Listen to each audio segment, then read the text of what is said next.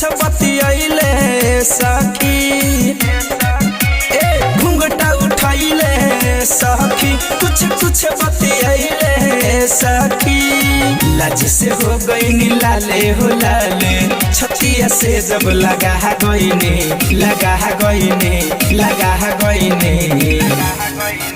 सुहाग के रहे रतिया सखिया चुमा देवे में लजा गईनी सुहाग के रहे रतिया सखिया चुमा देवे में लजा गईनी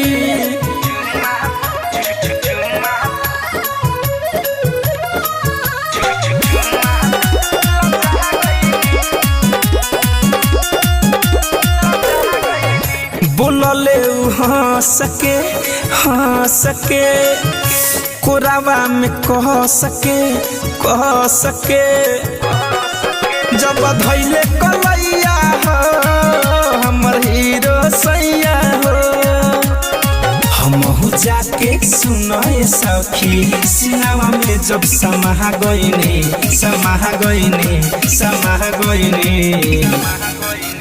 सुहाग के रहे रतिया सखिया चुमा देवे में लजा गईनी सुहाग के रहे रतिया सखिया चुमा देवे में लजा गईनी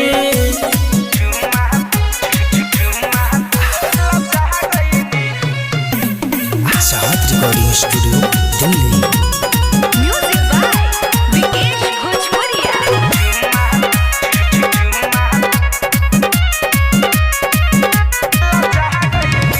चुसे गईले ओ ठके हमारा के पोटके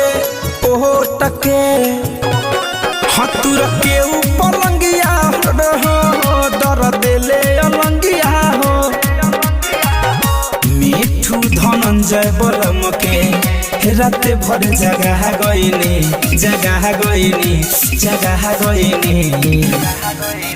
सुहाग के रहे रतिया सखिया चुमा देवे में लजा गईनी सुहाग के रहे रतिया सखिया चुमा देवे में लजा गईनी। चाहत रिकॉर्डिंग स्टूडियो दिल्ली।